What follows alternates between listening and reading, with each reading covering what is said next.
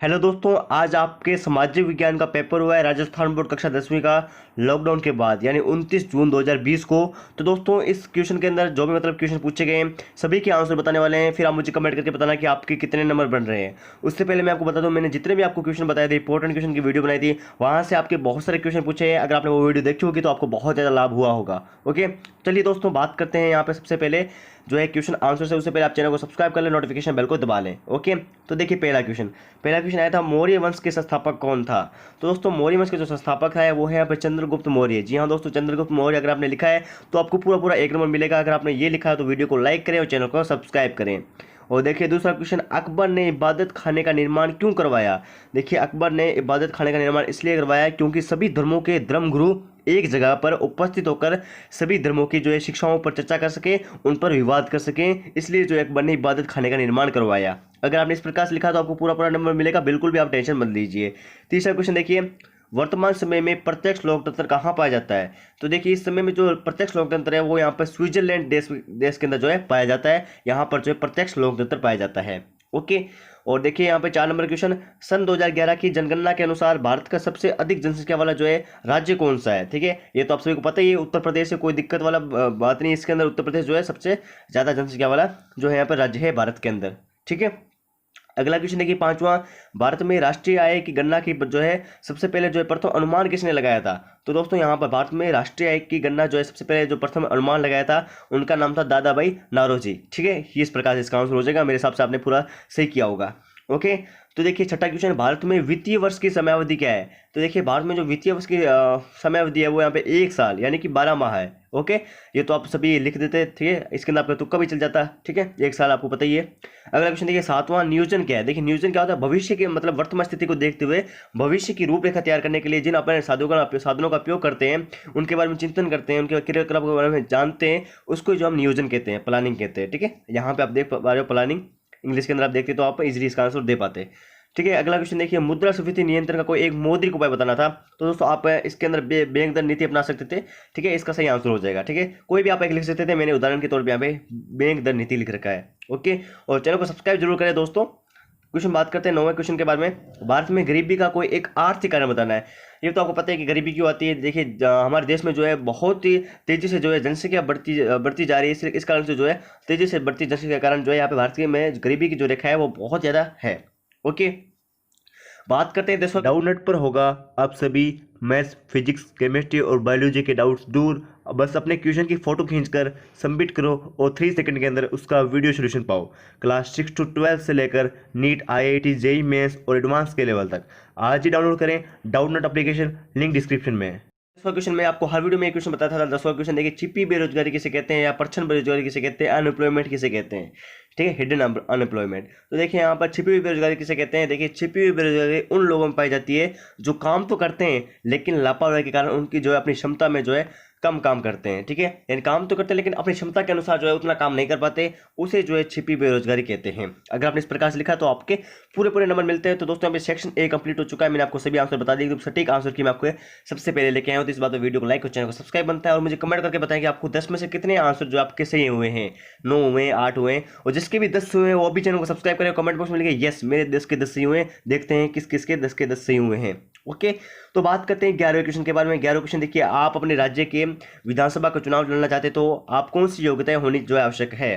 ठीक है, तो आप राज्य का विधानसभा चुनाव लड़ने के लिए आपकी जो है सबसे पहले 25 वर्ष की उम्र होनी चाहिए। ठीक है, ये आपके है। ठीक है, और साथ में जो आपको कोई भी सरकारी पद पर आपका जो है नौकरी नहीं होनी चाहिए, ये आपको ध्यान रखना है और इसका आंसर आपको देना है। ओके, तो अगला क्वेश्चन देखिए 12वां, केंद्र सरकार के द्वारा संचालित किन 4 जल परियोजनाओं के नाम मैंने यहाँ पे लिख रखे हैं, जैसे चंबल घाटी परियोजना, हीराकुंड परियोजना, दामोदर घाटी परियोजना, भाखड़ा नागल परियोजना।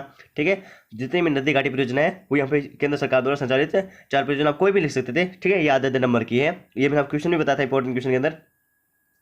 तो देखिए व्यापारिक फसलें कैसे कहते हैं, जो व्यापार के लिए फसलें की जाती है। ठीक है, जैसे कि ये फसलें जो है यहाँ पे जैसे कपास हो गया, गन्ना हो गया, इसके मैंने उदाहरण लिख रखे हैं यहाँ पे।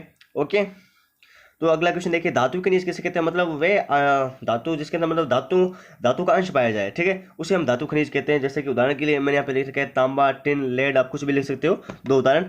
ठीक है, अगर आपने इस प्रकार से किया तो आपके एकदम सही आंसर है। ओके, तो देखिए अगला क्वेश्चन आया था 15वां, भारत में सूती वस्त्र उद्योग जो है संकट में है, इसके पक्ष में आपको 2 कारण स्पष्ट करने थे। ठीक है, तो आपको बताना है, क्योंकि दोस्तों अभी बहुत सारे जो है प्रचलन के अंदर आ चुके हैं सूती वस्त्र उद्योग के अलावा भी। ठीक है, इसलिए जो है यहाँ पे बताया जा रहा है सूती वस्त्र उद्योग संकट के अंदर है। आप कुछ भी इसके कारण जो है लिख सकते थे, आपका सही आंसर हो जाएगा। ओके,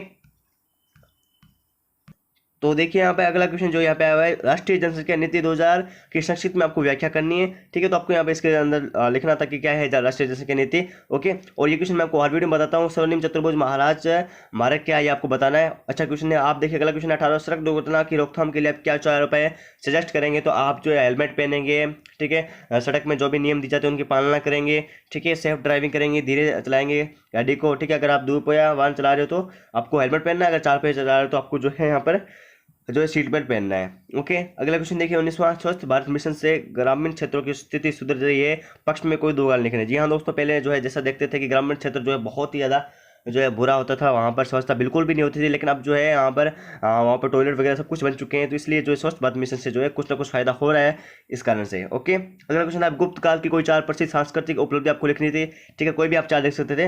अगला क्वेश्चन देखिए, बाबर भारत में किन विजयों के लिए प्रसिद्ध था। बहुत इंपॉर्टेंट क्वेश्चन मैंने आपको बताया था, ये क्वेश्चन आना ही था।